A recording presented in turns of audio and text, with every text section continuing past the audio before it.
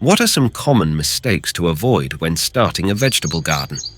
Growing your own food can be a thrilling and rewarding adventure, but there's no denying you can also be filled with struggles and frustration. Every gardener makes mistakes, but the important thing is to learn from them and carry on gardening. And learning from other people's mistakes can save you the time and heartbreak of making your own. Here are some of the most common mistakes to avoid in growing your own vegetables. 1. Sowing too early. We all get impatient when it feels winter's been going on forever, and we want to see things start growing again. But seedlings sown too soon in the year can struggle because the conditions aren't suitable for them yet. Follow the sowing dates on your seed packets, and you'll have much more vital, healthier plants in the end. 2. Sowing too late. There's so much to do in spring. It's hard to get everything done on time.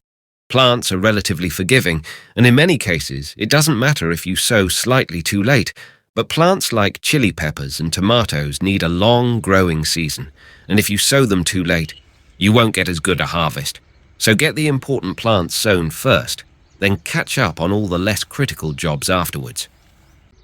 3. Planting in the wrong spot. We've all made the mistake of being too optimistic about conditions in our garden when there's a plant we want to grow, crossing our fingers and hoping the plants will cope with not enough sun or the wrong sort of soil. But if you want your plants to thrive rather than survive, check what conditions they need and make sure they have them. 4. Planting things no one wants to eat. There's no point in growing vast quantities of vegetables if you won't enjoy eating them. Plan your garden around the things you want to eat, not simply the plants that are easy to grow, so you're not left trying to dispose of a mountain of unwanted vegetables. 5. Planting too many different things.